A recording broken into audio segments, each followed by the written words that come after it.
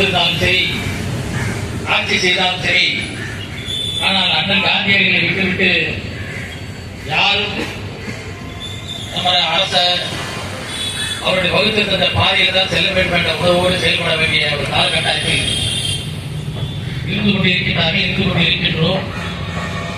ஆகவே வந்திருக்கின்ற பிரிவுகளே நம்முடைய இளைஞர்களுக்கு, நம்முடைய சகோதர சகோதரிகளுக்கு, நம்முடைய நம்முடைய நாட்டின் சுதந்திரத்தை பற்றி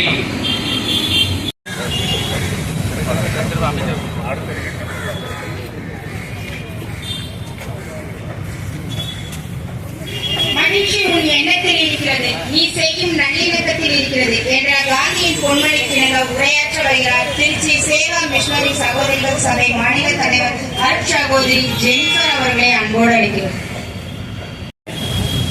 சிறப்பு அழைப்பாளர்களுக்கும் வருகை தந்துள்ள அனைத்து சகோதர சகோதரிகளுக்கும் என் மகிழ்ச்சி நிறைந்த காலை வணக்கத்தை தெரிவித்துக் கொள்கிறேன். இந்திய நாட்டிலே சமய நல்லிணக்கத்தை ஏற்படுத்தும் பணியில் தன்னையே முழுமையாக கரைத்துக் கொண்டு உயிர் தியாகம் செய்த நம் தேச தந்தை காந்தி அவர்களின் பிறந்த நாளில் இன்று அனைவரும் ஒருதாய் மக்களாக காந்தியடிகளின் அஸ்தி மண்டபத்தில் கூடியிருப்பது மிகவும் பொருத்தமான ஒன்று.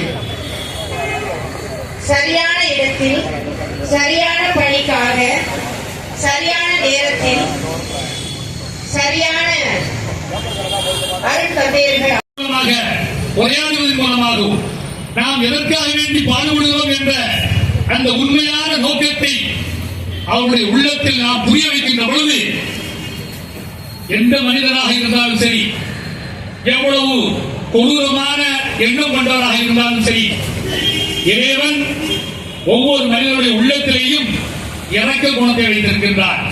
அந்த இரக்க குணம் உண்மையிலேயே நமக்கு மிகப்பெரிய ஒரு வெற்றியை தரும் என்ற அந்த மிகப்பெரிய ஒரு கண்ணோட்டத்தில் அகிம்சையின் அடிப்படையிலே இந்த நாட்டில் மிகப்பெரிய போராட்டத்தை கொண்டெடுத்து இந்த நாட்டுக்கு சுதந்திரம் வாங்கி தந்தார்கள்.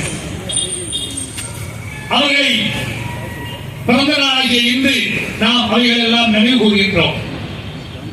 அந்த காந்தியடிகள் இந்த நாடு சுதந்திரம் பெற்றதற்கு பின்னால் அவர்கள் ஒன்றை சொல்லி காட்டினார்கள். நான் எப்பொழுது இந்த நாடு